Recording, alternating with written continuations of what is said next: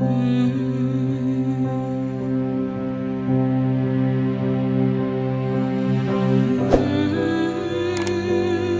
standing in front of the garage that installed the new battery for me yesterday. I promised to the owner to bring him today a few stickers from me.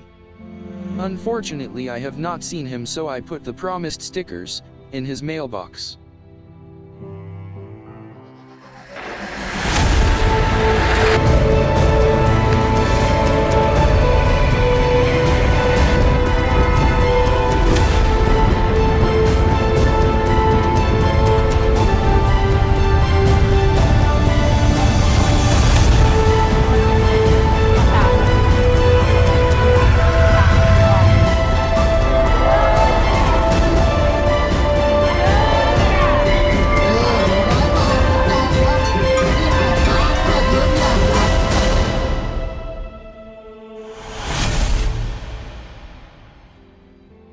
Good morning, YouTube community.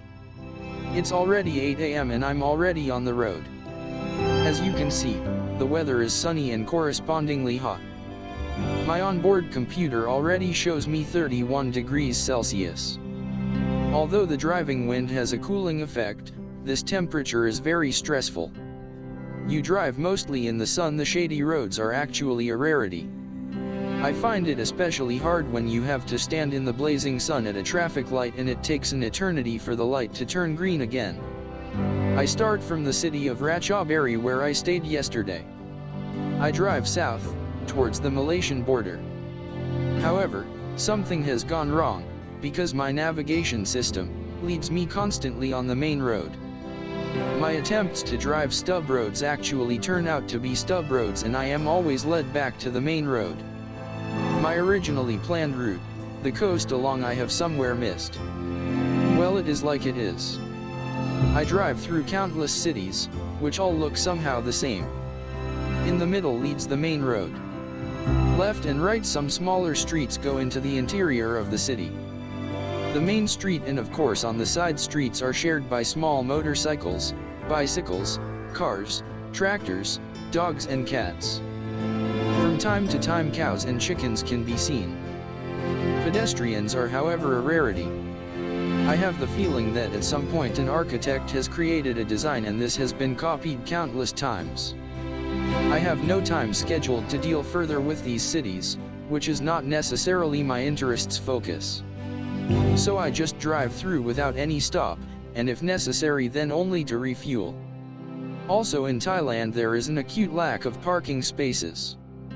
But even if there are parking spaces, the Thais basically park where they actually want, even if they hinder the traffic. It would park also in such a way, if it of it or behind it a free place would give. Later I found my originally planned route nevertheless, and over it I was very glad, because on the main roads it goes to me too fast decisively. I am even forced to a certain speed, otherwise it is just too dangerous. I find the Thai drivers not necessarily considerate. So it has already happened to me a few times, when I overtook a truck at high speed, which has overtaken me still one right on the limit strip. Have these road users actually only air in the head? Cannot imagine how dangerous that is. One hears the arriving vehicle not as suddenly beside you someone stands with what you do not necessarily reckon. The small second of shock is enough to tear at the steering wheel and possibly make a wrong move. Here once again my rule proves to be correct, the bigger the road number the more interesting it gets. By the way, this is my rule number 17, and I will make a video about it later. So I drive quite a few kilometers on the side roads, with 4-digit road numbers, enjoy the peace and the landscape. Although I drive very close to the sea, I do not get to see it. Actually, I wanted to camp again today. Have me with the help of the iOverlander app some very nice camping spots selected. Here is one of them.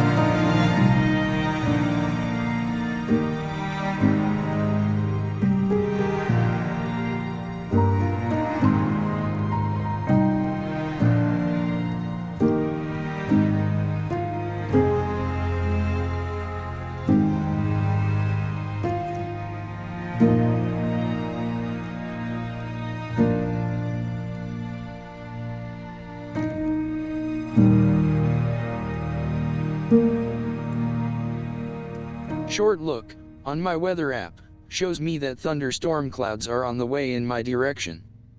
So I decided to continue and camp in a temple.